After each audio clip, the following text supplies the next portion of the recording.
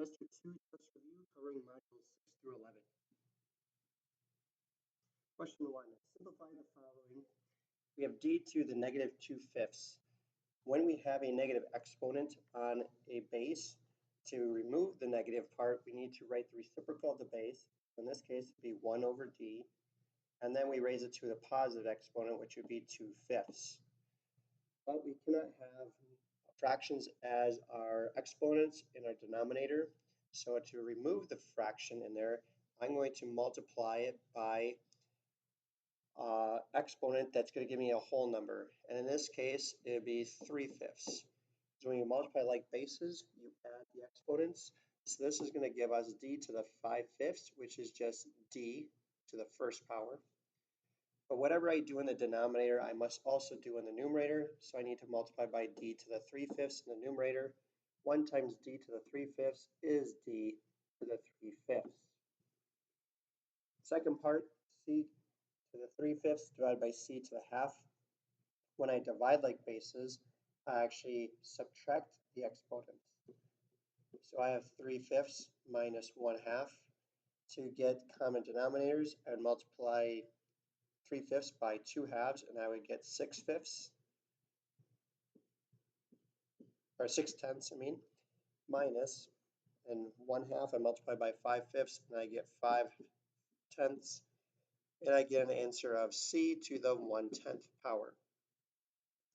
Question 2. Write the simplified form of 6x over 4 times square root of 5 minus 4.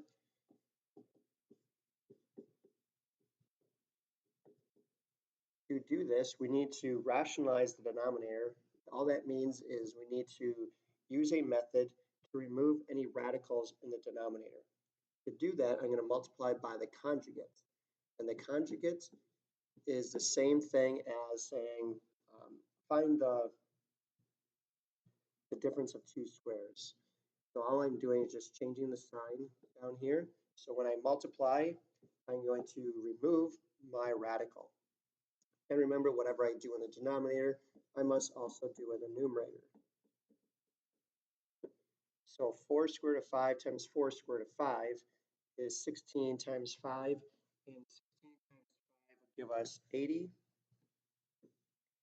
And then negative 4 times 4 gives us negative 16.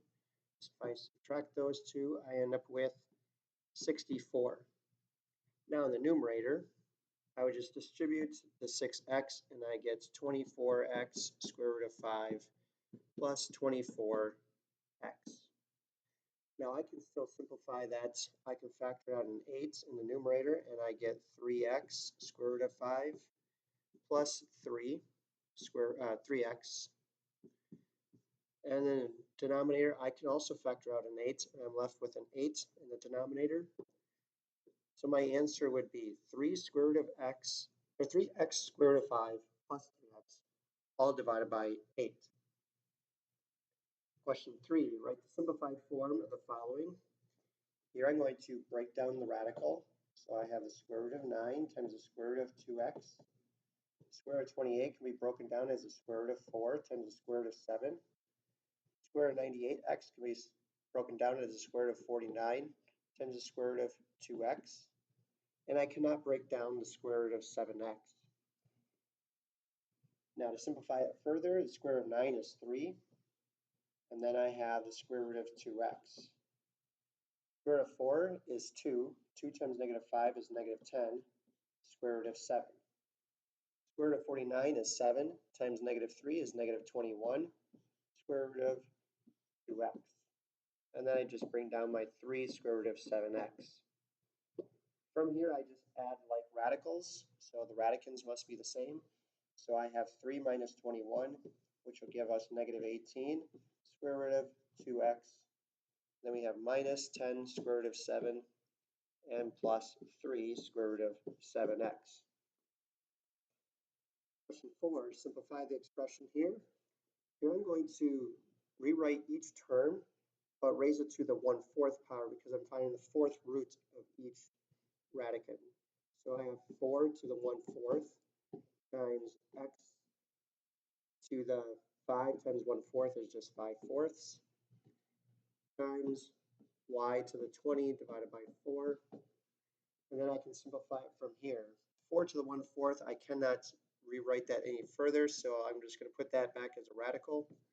The 4th root of 4.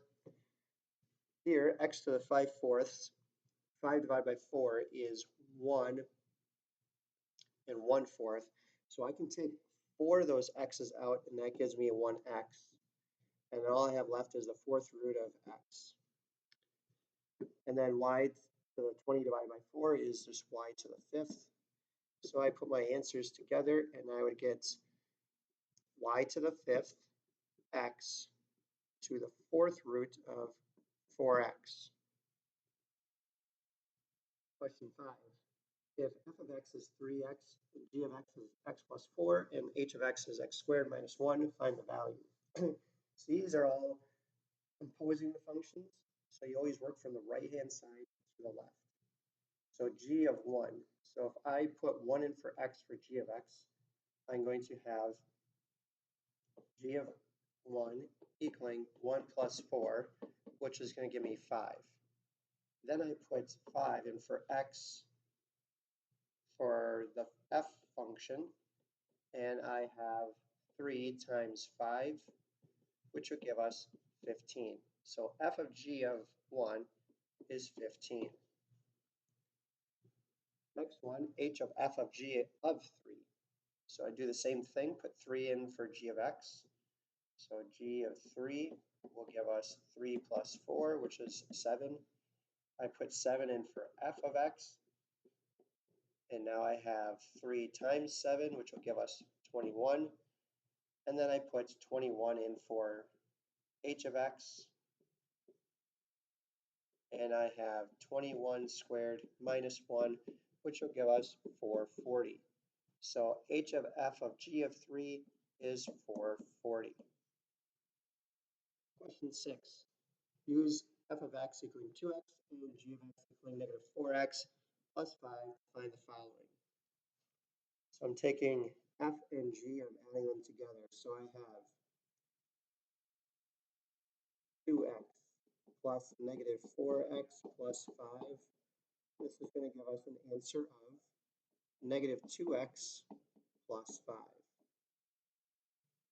And I'm subtracting f and g, so I have, I'm going to put 0x squared, because I don't have any x squares in the f of x, plus 2x. And underneath, since I'm subtracting this, I'm distributing a negative 1.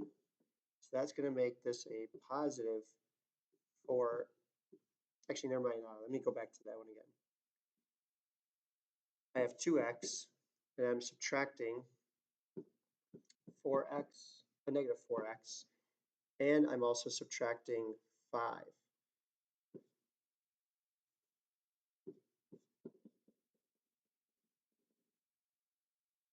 So really, I'm adding the opposites and doing the opposite in there. So this will make this 6x minus 5.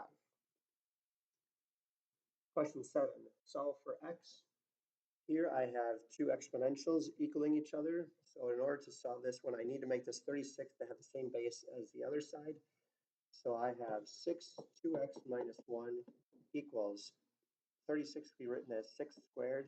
Then I'm going to multiply that by negative x. Because my bases now are the same, the exponents are equal to each other. So 2x minus 1 equals a negative 2x.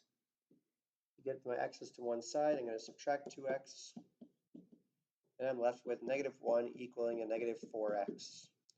To get x by itself, I divide by negative 4, and I'm left with x equaling 1/4. Question 8, find the sixth term of this following sequence. I'm going to use the formula a subscript n, which means the number of term, equaling a subscript 1, which is our first term, times the common ratio, what am I multiplying each time, raised to the n minus 1. So to find the common ratio, I look at my numbers here. It is increasing, so I'm multiplying. 5 times what gives me 10? That would be 2. 10 times 2 gives me 20. So my common ratio is 2. Now you could also take just 10 divided by the previous term, which is 5, and still get to 2. If I substitute my numbers in, n for the number of term, I'm trying to find the sixth term, equaling first term, 5, times the common ratio of 2 raised to the 6 minus 1 power. So 6 minus 1 is 5, so I have 5 times 2 to the 5th power, which is 32. 32 times 5 is 160. So our sixth term is 160. Question 9. Mr. Fernandez deposits $60,000 in an account that pays 2.5% annual interest compounded quarterly. What will be the balance after 20 years, round to the nearest cent? I need to use the formula A equals the principal times 1 plus the rate as a decimal divided by the number of times it's being compounded raised to the nth power. So the principal amount is $60,000 times 1 plus the rate as a decimal would be 0.025 divided by quarterly means 4 times, and then we have 4 times 20. So if we grab our calculator, we're going to have 60,000 times parentheses 1 plus 0.025 divided by 4 and parentheses. I'm going to raise it to the 80th power. Because 4 times 20 would give me 80, and I get an answer of $98,768 or $69.47.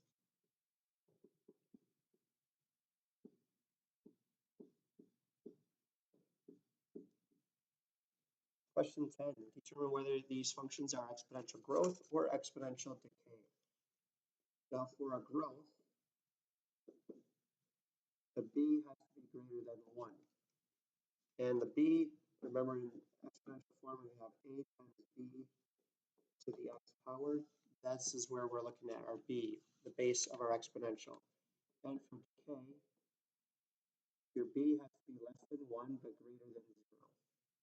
So our first one, our b is 5, which is greater than 1, so this is a growth. For letter b, our base is 2/7, which is less than 1 but greater than 0, so this is a decay. Our last one, 4/3, is greater than 1, so this is a growth. Question 11, simplify. Here I need to raise everything to the 4th power, so 6 to the 4th power, e squared to the 4th power. So 6 to the 4th power is 1,296. And then when I raise a power to a power, I multiply, so that would be e to the 8th power. Question 12. Asa is investing $2,000 in an account that grows at 0.7% annual interest compounded continuously. What would his account balance be after 3 years? Compounded continuously means we're going to use the PERT formula. So A equals P times E raised to the RT power. So we substitute our numbers in. 2,000 is our principal amount times E raised to the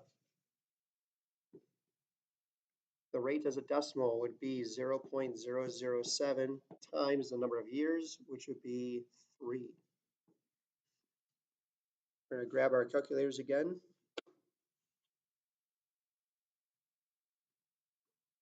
And we're going to type in 2,000 times base E, so I'm going to hit second, the division sign, put E in, raised to the parentheses 0.007 times 3, end parentheses, and to the nearest cent, we would have $2,042.44.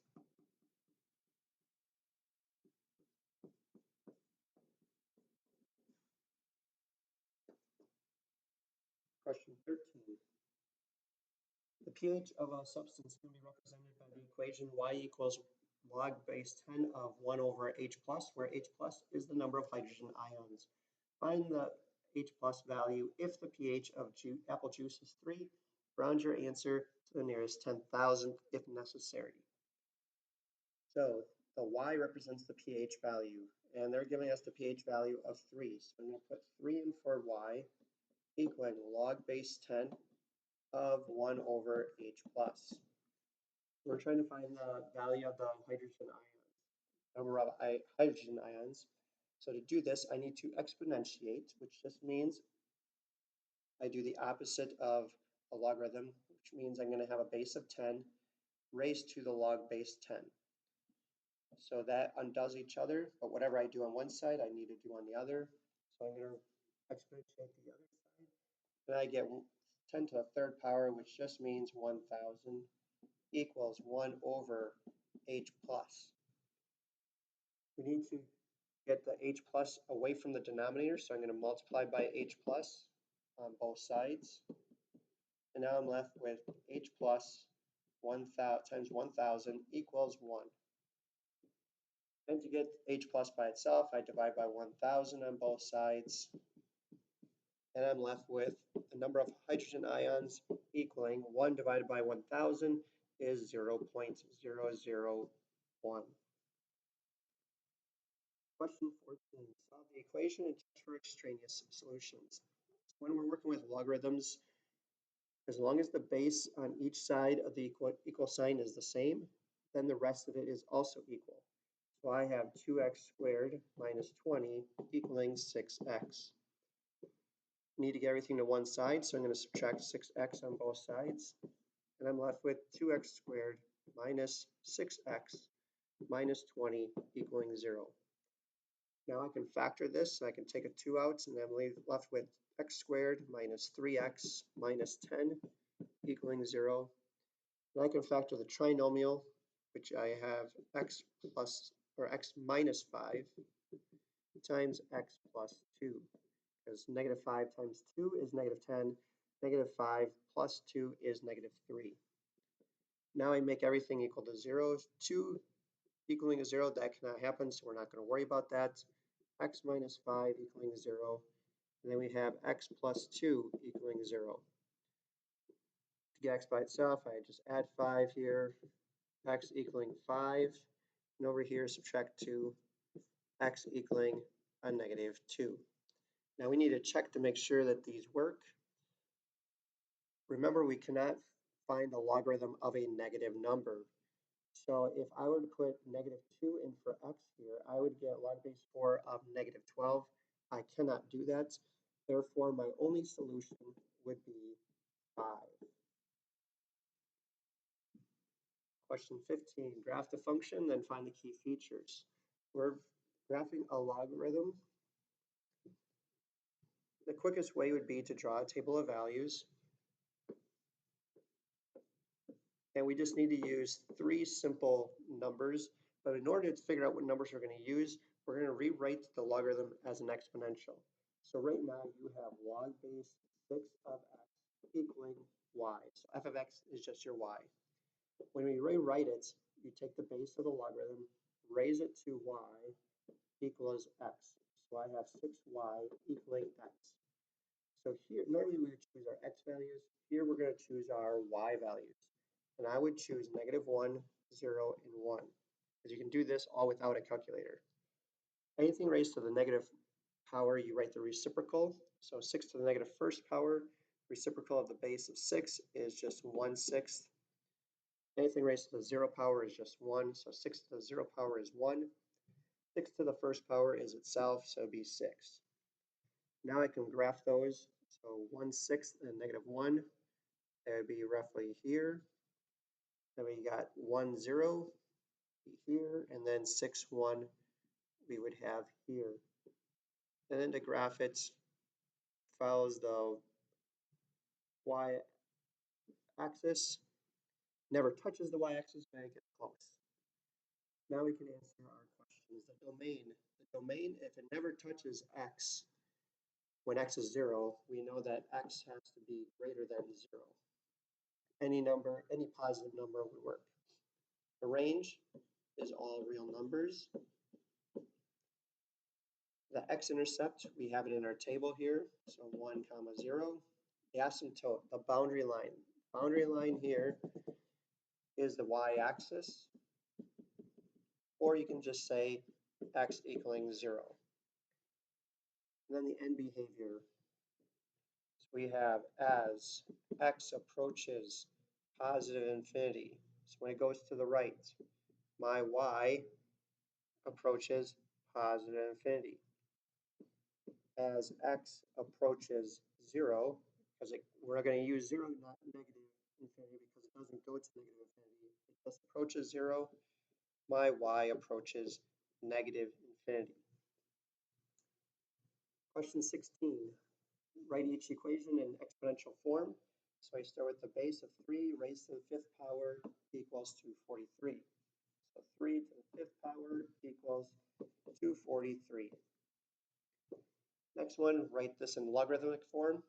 So I start with 27, raise log of 27 of 9 gives us 2/3. So log of 27 of 9 equals 2/3. Question 7, use log base 2 of 3 equaling about 1.5850 and log base 2 of 5 equaling about 2.3219 to approximate the value of the expression below. So log base 2 of 81. So log base 2, I can write 81 as 3 to the 4th power. You could separate them if you wanted to, but I think the quickest way would be raise it to the 4th power, and then we just put the 4 out in front, so it would be 4 times log base 2 of 3, and log base 2 of 3 is 1.5850, which will give us an answer of 6.34. Next one, log base 2 of 625. 625 can be rewritten as 5 to the 4th power. Again, I put the 4 out in front, and I have 4 times 2.3219. And on our calculators, if we solve that one, 4 times 2.3219 gives us 9.2876.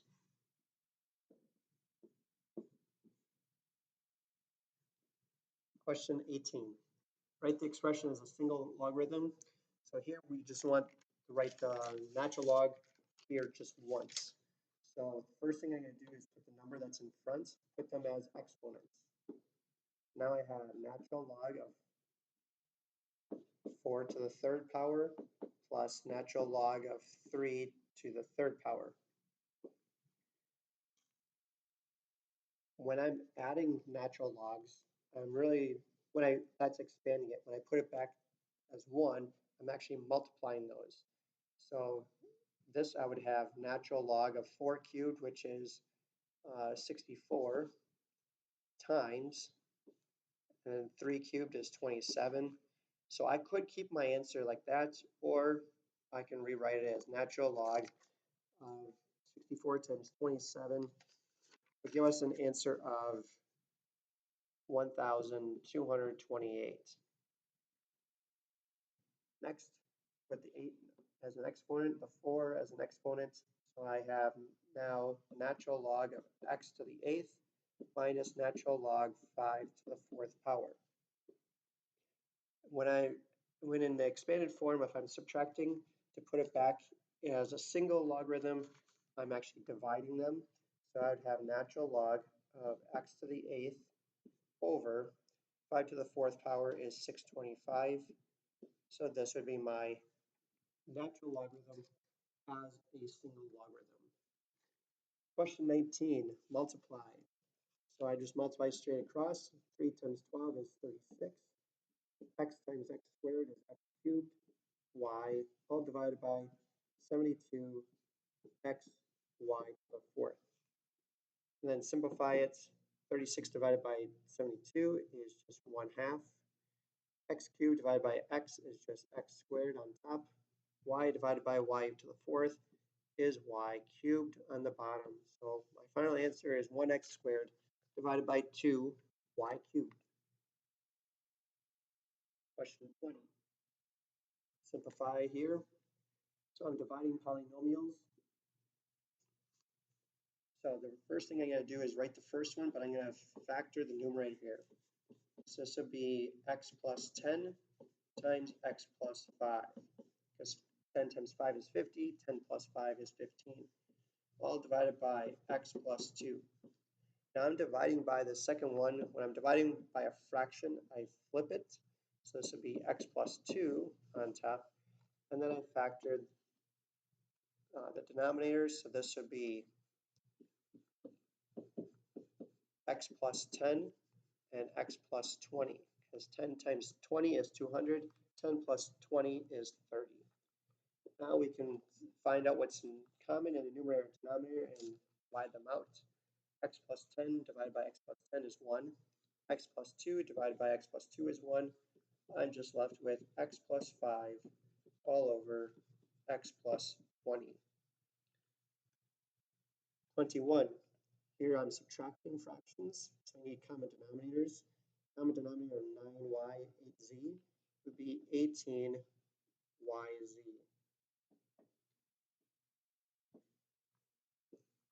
So right now I have 18yz.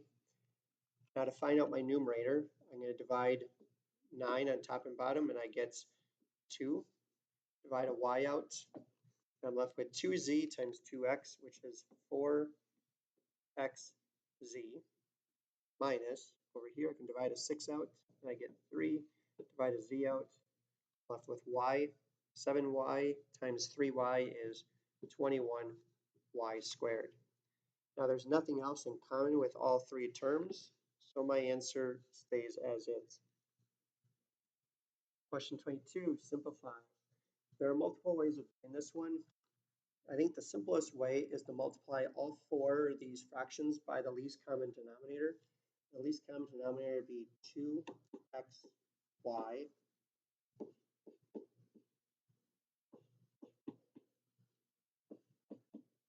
because what we have left would be our final answer. So if I divide a y out here, I'm left with 2x squared. Over here, if I divide an x out, I'm left with 4y. And then the denominator, if I divide a 2 out, I'm left with x squared y. And over here, divide an x out, I'm left with 2y squared. And if I look at my final answer, there's nothing that all four terms have in common. So this would be my final answer. Question 23. If y varies inversely as x and x equals -5 when y is -1.1, find y when x is 2. So to do this one, think of y equaling k divided by x. That's inverse. If I were to solve for the constant, I would have multiplied by x on both sides, and I would have the constant equals x times y. Now, if I have two of those, I have another one that says k equaling x times y. I can substitute xy in for k, and I would have xy equaling xy. So I'm going to use the formula x1, y1 equaling x2, y2. So in here, I would have x1, y1, y2, x2. If I substitute those in, I would have -5 times -1.1 equaling 2 times my y subscript 2. -5 times -1.1 is 5.5, equaling 2y subscript 2. To find the second y, I divide by 2, and I'm left with y subscript 2 equaling 2.75. Question 24. Suppose y varies directly as x and y varies inversely as z. Find x when y is 6 and z is 28. If x is 7 when y is -49 and z is 3. So I gave you the formula here. You will have the formula on the test. So now we're just going to substitute the numbers in. So we need to find x. when my y is 6 and my z is 28, when y is negative 49, z is 3, and my x is 7. So I'm going to do a little bit of simplifying here. So 6 times 28. 6 times 28 will give us 168 all over x, equaling negative 49 times 3 would give us negative 147 all over 7. And then I just cross multiply and divide. If I grab my calculator again,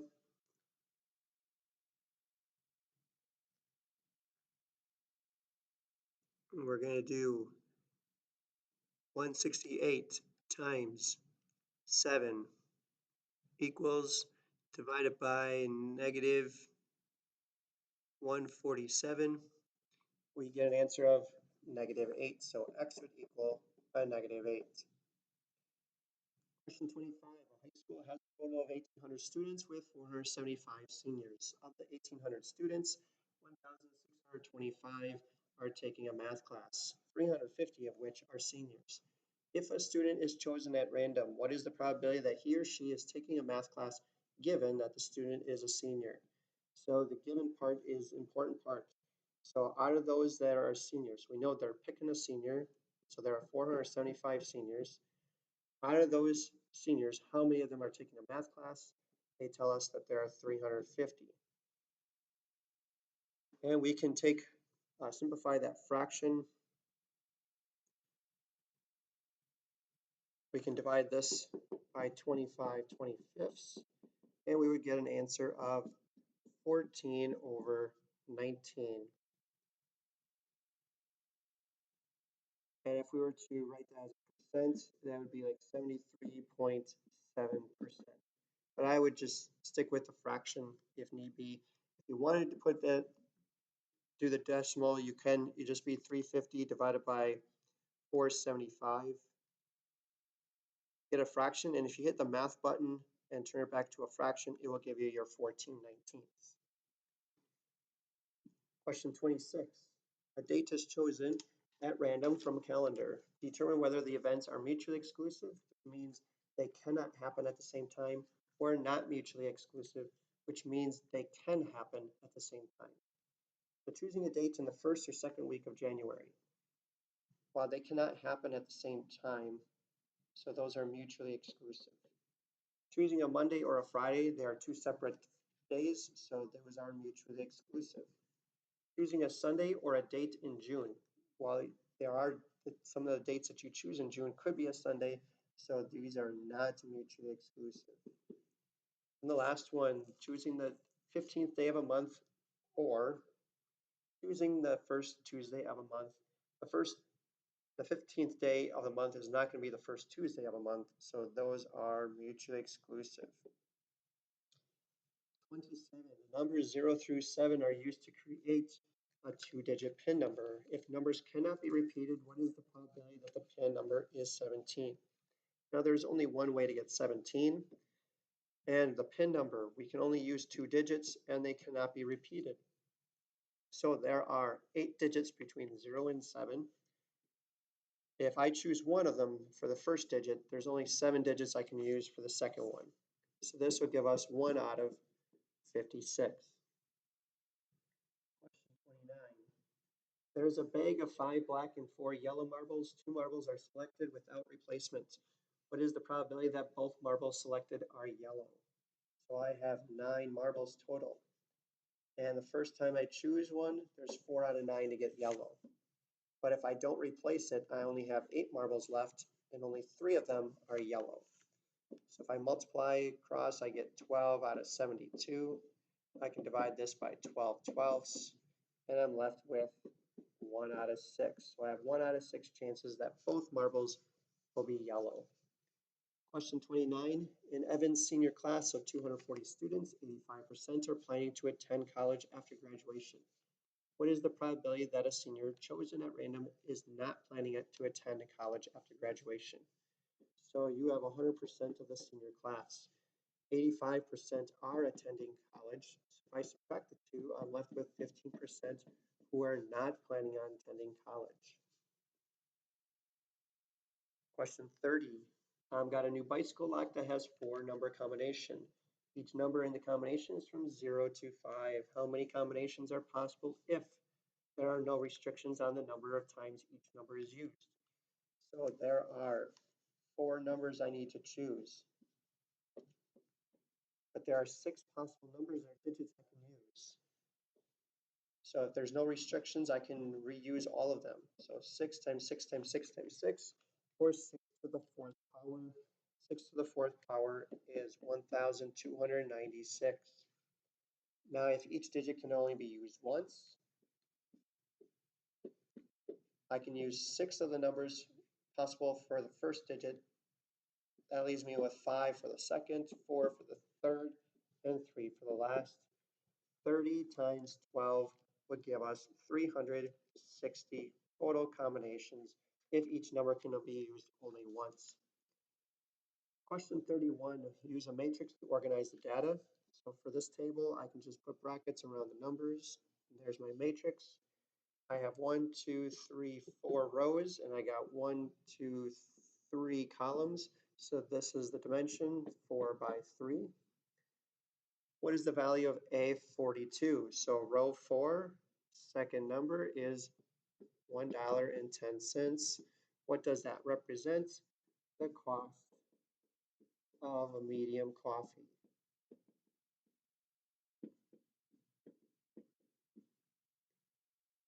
Question 32. Find the following. So we have a scalar, and we have a scalar. We just multiply by every element in our matrix. So now I have 0, 6, 6, -4, 2, and 12. And I'm going to add to that the matrix 1, 6, -1, 2, -3, 1. As long as the dimensions are the same, I can add them together, and I just take my dimensions, so 0, my elements, and I add them together. 0 plus 1 is 1, 6 plus 6 is 12, 6 plus a -1 is 5. -4 plus 2 is -2, 2 plus -3 is -1, and 12 plus 1 is 13. So that would be my final solution, or my final matrix there. Question 33, find the determinant. So I find the product going down from left to right. So that gives me 12 minus the product going up diagonally. -2 times -6 is 12. 12 minus 12 is 0. And our final question, find g of h if g times h if g equals 1, 3, 8, -4, and h is 5, -2, 9, 4. So first off, I want to make sure that I can multiply them. So we have 2 by 2's. The middles are the same, so my answer is a 2 by 2.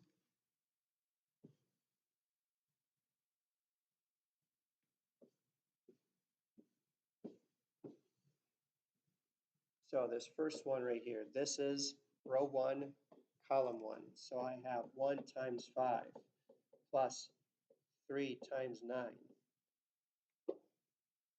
This is row 1, column 2. So I have 1 times -2 plus 3 times 4. This one's row 2, column 1. So I have 8 times 5 plus -4 times 9. And this last one here, row 2, column 2. Got 8 times -2 plus -4 times 4. And I can write my answer now. 5 plus 27 is 32. -2 plus 12 is 10. 40 plus -36 is 4. And -16 plus -16 is -32, which leaves me with a matrix of 32, 10, 4, and -32. So those are the types of questions you can expect on your semester test.